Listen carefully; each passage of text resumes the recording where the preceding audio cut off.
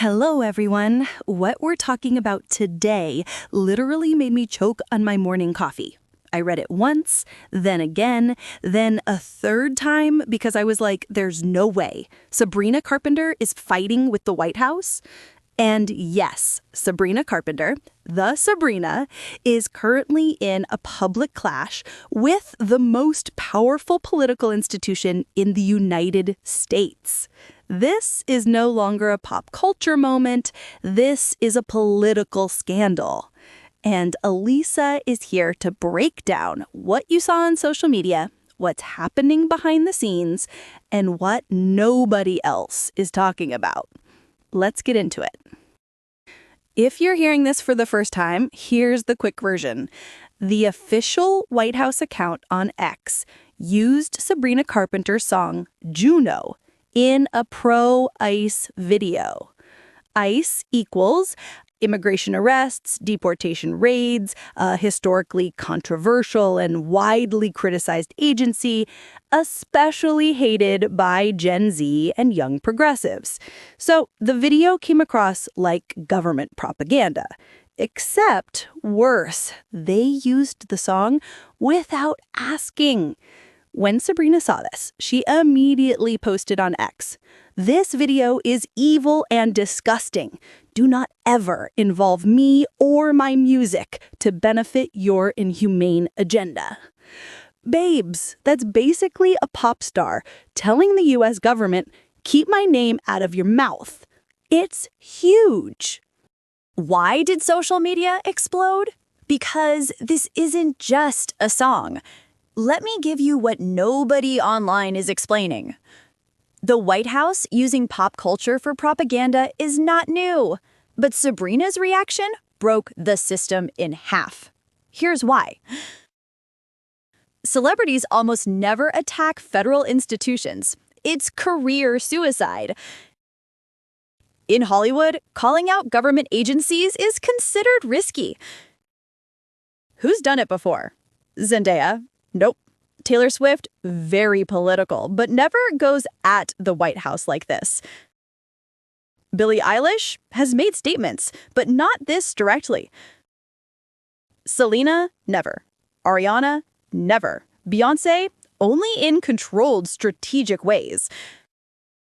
Sabrina is the first pop girl of her generation to openly slam a federal institution.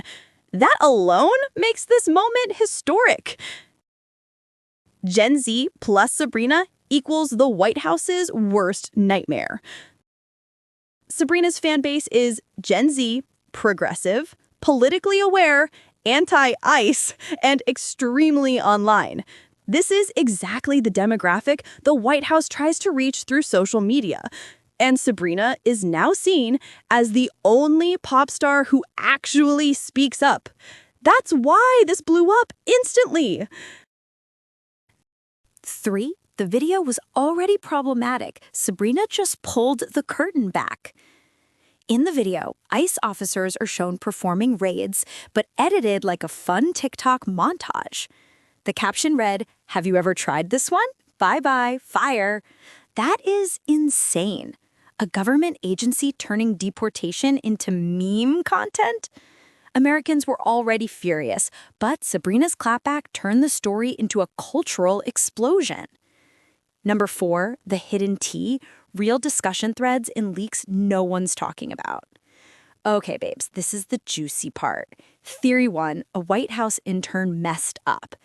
Insiders claim the social media team didn't realize the song wasn't licensed. But let's be real, someone on the most powerful account in America simply not checking the music? Sure. Theory 2, they used Sabrina's song on purpose to manipulate Gen Z. This one actually makes sense. Some political commentators wrote, they picked Sabrina because she's the only Gen Z pop star big enough to soften ICE's image. Meaning, they used Sabrina to make ICE look more relatable, less scary, more pop culture. That's deeply manipulative. Theory 3, Sabrina's reaction was planned for PR? A few people questioned whether Sabrina's team orchestrated the outrage, but the tone of her post way too emotional, way too raw. This was not a PR stunt. This was genuine anger. Theory 4, the White House is preparing a quiet apology internally. Political accounts leaked. They didn't expect Sabrina to clap back. Damage control meeting happening right now. Meaning, this shook them more than you think. 5. What this means for Sabrina's career. Let me tell you something. Before, cute, sparkly pop princess.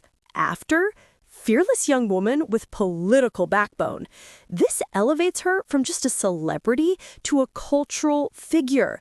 Gen Z loves artists who speak up, and Sabrina just gained a massive respect boost.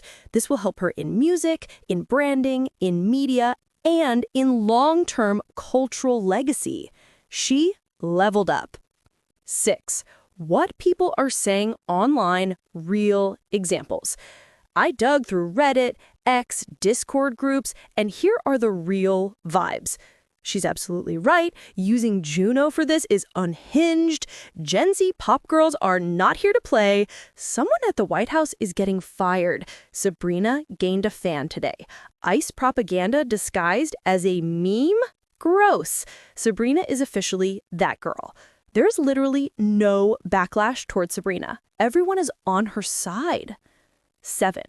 The bigger story no one is talking about. How much the government uses pop culture. This is the real tea. This isn't just about Juno. This is about the U.S. government increasingly relying on TikTok trends, memes, viral songs, celebrity culture, influencer language to shape political perception. But Sabrina's reaction exposed the manipulation. For the first time, a major pop star said, "You won't use my work for political agendas." And boom, the entire system cracks. This could literally change licensing rules, artist-government relationships, political content on social media, and how the White House runs PR. It's huge. So, what happens next? Here's how I see it unfolding. Sabrina will not back down. The White House will quietly remove the video. Someone on the social team may get fired. An apology statement might appear. Sabrina's influence skyrockets. Juno streams explode. Gen Z sees Sabrina as a political voice, not just a singer.